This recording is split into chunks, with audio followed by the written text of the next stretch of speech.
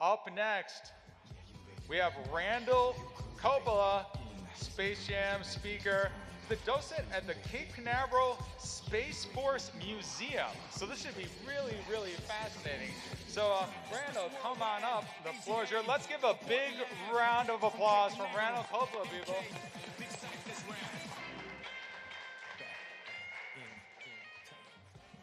How y'all doing? Thanks so much for sticking around for the last couple cats, man. We appreciate that stuff. So my name is Randy Coppola, and I'm a docent at the Space Force Museum on Cape Canaveral. And I got caught up in rockets and Cape Canaveral history in the early days of YouTube, and just as SpaceX was getting started. So I was very fortunate to see a lot of the really interesting things that were going on and be part of it. Now, when I first got started, there was about 16 launches at Cape Canaveral Space Force Station. And believe it or not, I used to fly a drone around base looking at status displays. You don't do that anymore. It's a problem. It wasn't a problem then, but things have changed. Now we're up to, I think there'll be over 100 this year, and mostly Falcon 9s getting the job done, taking it away from ULA. But anyways, oh, geez, next slide, please. Or let's see if this thing does. That's me. Whoop, oh, can I go back to that, please? Yes, this is me. And that's Elon Musk, as you all well know. And that is the first launch of the Falcon Heavy. And believe it or not, this man is launching the most powerful rocket yet to be tested. It's on a hold. And he has time to say, hey, who gave a tour to my kids? I'd like to meet them. And that's what that whole thing is about. So what a cool guy this guy is. I've never forgot that he took a moment from what he was doing to shake my hand. Thank you. Oh, I was also there for the landing of the first booster. I was up there in Exploration Tower. Did anybody see a booster come down before? Fantastico. When it landed, like I said, I was on Exploration Tower, and when it landed, you could hear like a Super Bowl touchdown all around the Cape, everyone watching. It was just fantastic. So anyways, I'm sure we have one thing in common, you and I, and that is we both like rockets. And let's see.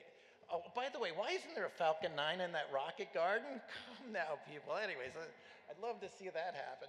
But anyways, when I first got started doing this, I did not know my atlas from my elbow. That was like my self-deprecating joke, because I didn't. But I dove right in with one of the early web pages, because this just wasn't being covered. So I dove in with US Launch Report with a fellow named Mike Wagner.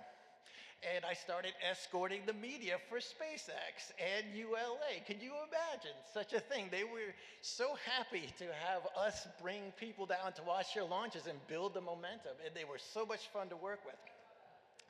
So in all this time, I was a docent, and I was on base, and I've been making little films. So the films part is what I call happy consequence. And I look at so many things in the rocket business as being happy consequence. So I was making videos for my film class at Eastern Florida State, and I was taking the GI Bill. And I had already retired as an Army major at a government contractor, and I was headed to the beach. And I needed something to film, and I just landed smack dab in the middle of the beginning of something really interesting, and I had credentials and access, and next thing you know, I'm talking to people I don't even know. So here you go. So anyways, if I could, let's see, hold on a sec. I'm going to run a few films for you all, and this is my wheelhouse. I typically talk at libraries, that sort of thing, and I post these on my YouTube page. Spend a good deal of time in our museum archives putting this stuff together. Most of the pictures that you're about to see have not been, well, they've been on my YouTube channel, but prior to this, were not seen since the time they were taken. So there's some pretty interesting stuff. My first video, my brand of trouble is called a Hangar C production. I've never monetized anything. I just call it this side hustle that I have that doesn't pay. And you're going to see a Vanguard. At the very end, you'll see a Redstone and Juno rockets. And these were intended as intermediate range ballistic missiles. Putting a human being on one of these things was not even up for consideration, because no, just no. The level of success we were having was comical at the time.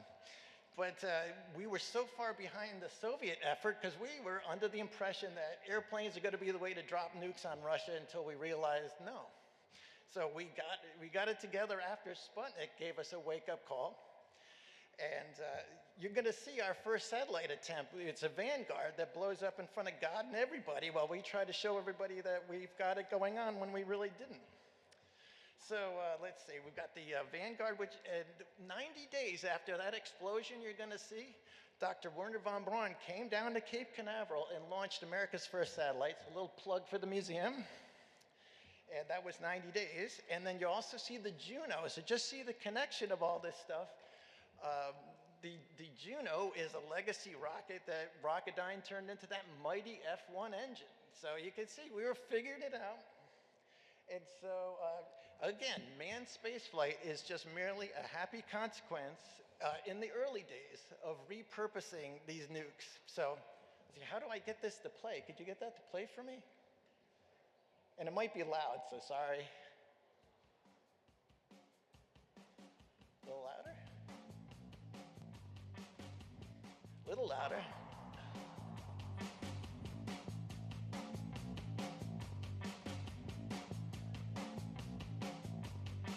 Probably a little louder.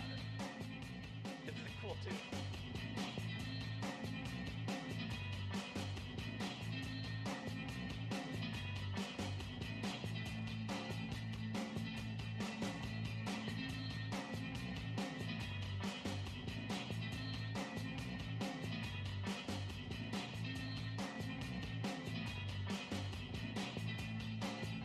Some pretty primitive stuff, huh? Here we go. First satellite attempt, and no.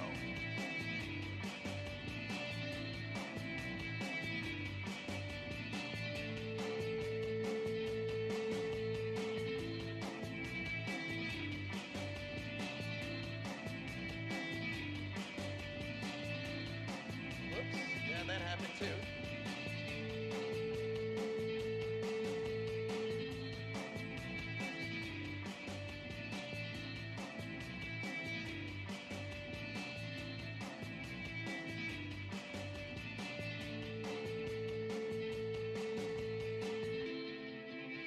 Scaffolding, sure, why not?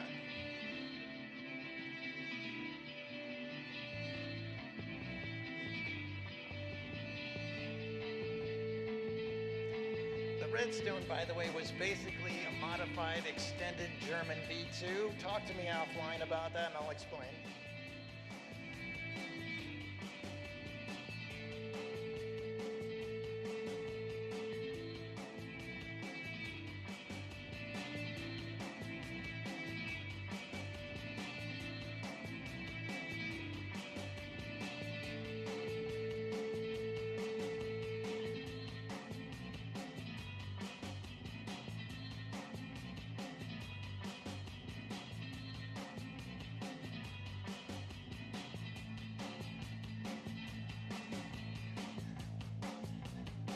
So the other fellow who was showing you the Starship and the ones I was showing you, there's a little difference between the two, but oh well. So the next one is Cold War space art. And like I said, I'm in the archives and I just see so many different things that haven't been seen that were discarded over from this is like the treasure trove from Patrick Air Force Base. And so I just want to share this with you. If you could crank the video of the sound. This is just some interesting stuff that was given to VIPs that were visiting Patrick Space Force Base. Interesting things you probably will never see elsewhere.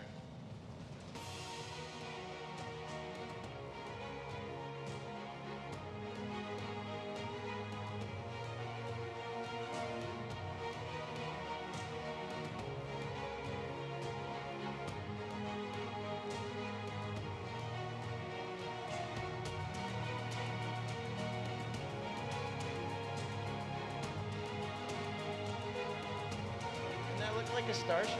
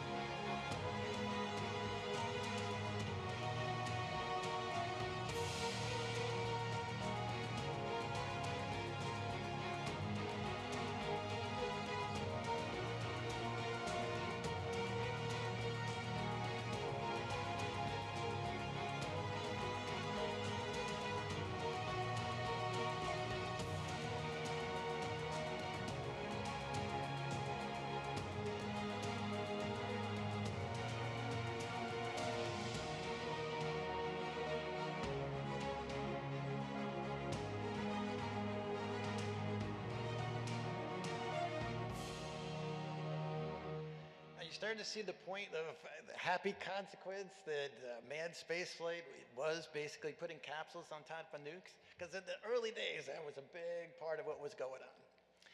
So the next video is another short. Unfortunately, they're all short too, so you're in good situation. It's called Your Friendly Neighborhood Atlas, and unfortunately, I do some talking, and you could turn this up a little bit, and my former self will tell you. Hey everyone, it's Randy Coppola, and Go ahead.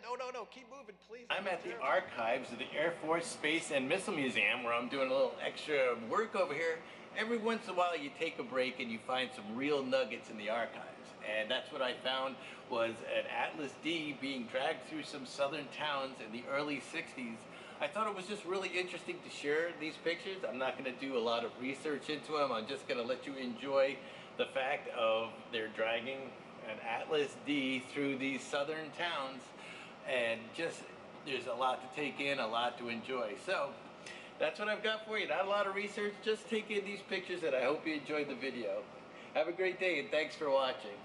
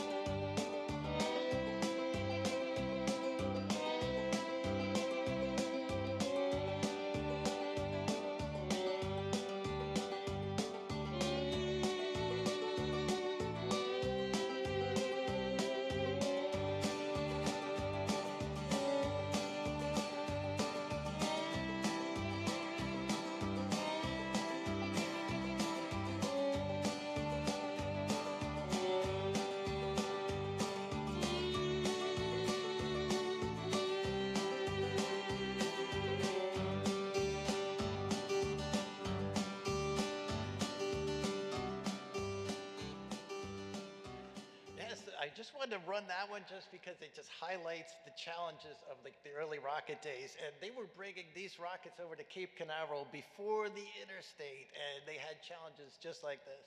Now, SpaceX drives their boosters from California also, much better roads on nowadays, but they also prefer to land them so they don't have to make as many. So that's pretty darn cool, SpaceX, love you. And, but you know, the ones you saw, eventually airplanes got big enough that they could land boosters on the skid strip for the larger like Titans that started getting developed. So I thought that was interesting to share with you. Now, the next video I'm going to show, and like I said, they're all 2 minutes, so you're going to survive this and just have a great time. Oh yeah, don't let it play, wait. It's capsule recovery. And the reason I picked this one to play is because I was inspired by the SpaceX Bob. Has anybody seen the SpaceX Bob ship in Port Canaveral? It's got everything you need to pick up a capsule, Dragon capsule, and it's got a little helo pad. Actually, I know one of the guys that flies the helos back and forth. And simplicity to get people, just like almost everything, virtually everything I'm aware of that Tesla does, SpaceX does is simplicity, effective.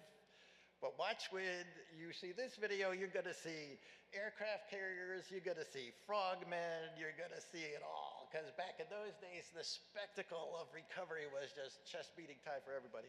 But anyways, let's play this and show you how capsule recovery was done the hard way. So if we fire this guy up.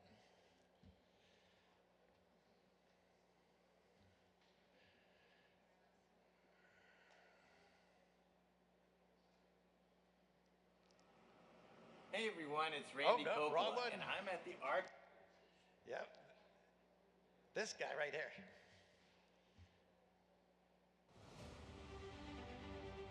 As you can see, the Space Forest, we evolved with my videos. Yeah.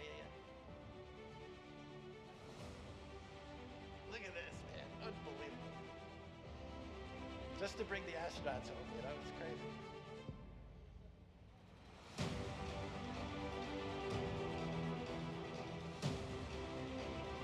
Like I said, these pictures were lost.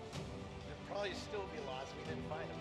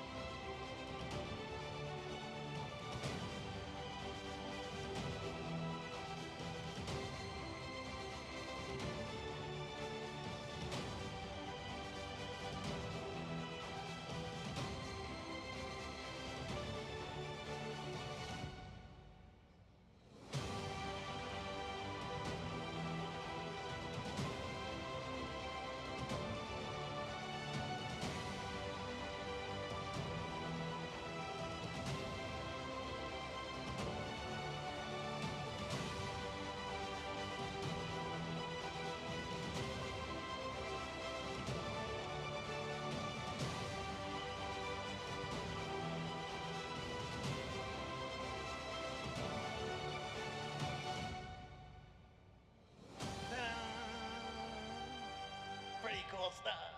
Okay, but we all know this one thing to be true, am I right? We are not all going to be astronauts, not me, probably not you guys. That one guy was here, he was an astronaut, but that's about as far as it goes typically.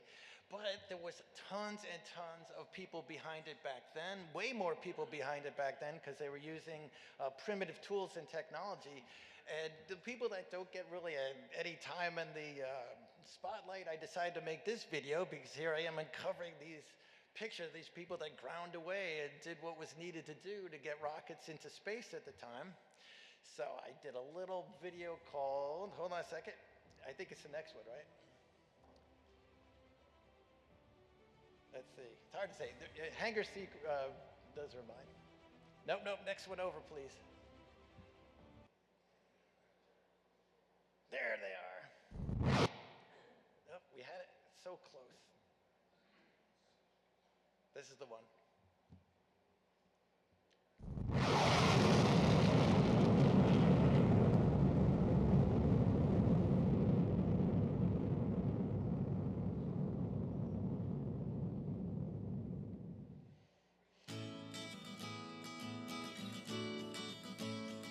A lot of analog equipment in here, just so you know.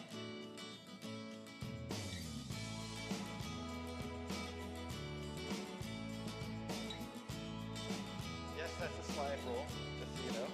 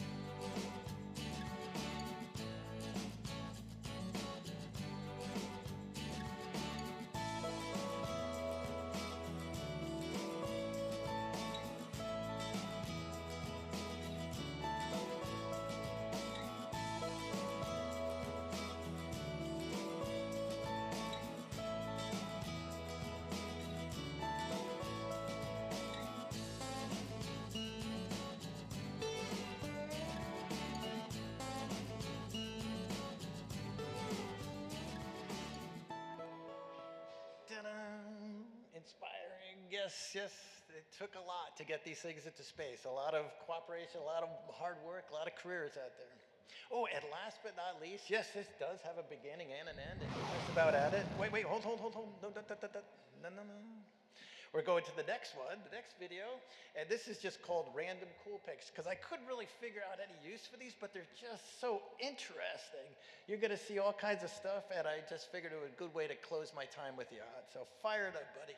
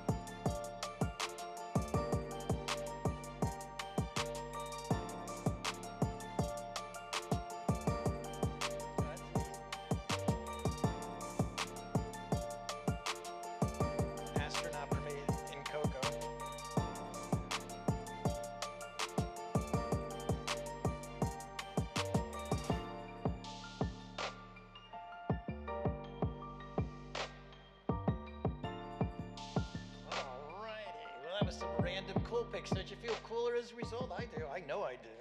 Anyways, my name is Randy Coppola. I really enjoyed having the opportunity to talk to you all. It's been a good time. And thank you for the opportunity. We'll see you around.